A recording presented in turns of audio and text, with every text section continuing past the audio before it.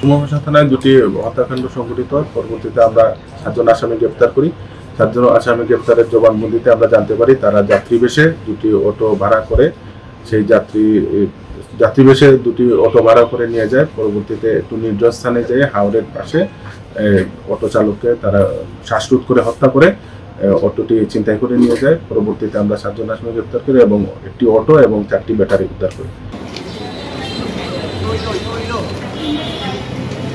আরেকটি লাশের সন্ধান পাই। লাশ বলতে সেখানে মাথার খুলি এবং কিছু কঙ্কালের হাড় ছিল, তো সেটিও আমরা শনাক্ত করতে সক্ষম হই।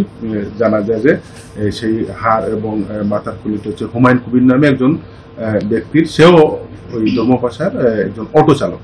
আমরা দুইটি ঘটনায় খুব গুরুত্বের সহিত তদন্ত করি। তদন্ত করতে আমরা যেটা পাই যে দুটি ঘটনার সাথে একটি যোগসূত্র পাই। সেই যোগসূত্র ধরে আমরা আমাদের থানা পুলিশের বিশেষ টিম গত 3 দিন যাবৎ চিরুনি অভিযান করে, বিশেষ করে ময়মনসিংহ, ধর্মপাশা, নেত্রকোনা, গাজীপুর বিভিন্ন জায়গায় আমরা বিভিন্ন স্থানে চিরুনি অভিযান করে আমরা 7 জন আসামিকে গ্রেপ্তার করতে সক্ষম হই।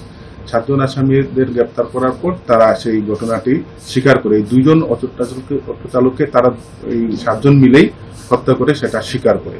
তো এখানে এই 7 জন আসামিদের মূল আসামি ছিল দেলোয়ার দিলু ওরফে দেলোয়ার হোসেন দিলু।